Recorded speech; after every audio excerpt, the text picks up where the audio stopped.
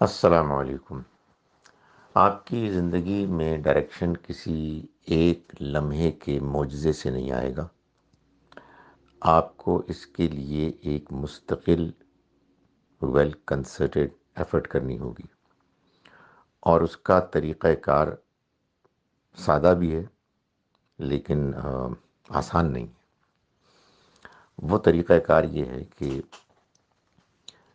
جو نماز آپ پڑھیں اس میں آپ جو اس کے فرض اذکار ہیں ان کو پڑھنے کے علاوہ اللہ سے بات کریں اور اللہ کے سامنے اپنے غلطیوں کی معافی مانگیں، اس کے آگے گڑ گڑائیں اور اس سے آئندہ کی بہتری کے لیے دعا کریں، اور یہ دعا کریں کہ یہ نماز آپ نے جو اس کی توفیق سے پڑھی ہے، اسی طرح سے وہ اگلی نماز بھی اس کی توفیق سے پڑھنے کے لیے آپ کو آمادہ کر دے اور ہر رکاوٹ کو دور کر دے۔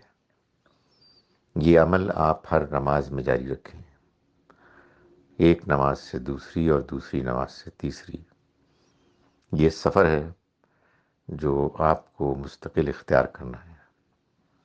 اس دوران میں آپ سے غلطیاں ہوں، کوتاہیاں ہوں، تو پھر اگلی نماز کا سہارا لے کے اللہ سے اسی طرح سے معافی مانگیں، اور اس کے سامنے اپنے دل کی یہ بات رکھیں کہ خدایا میں کمزور ہوں، تو آخری حد تک مضبوط ہے،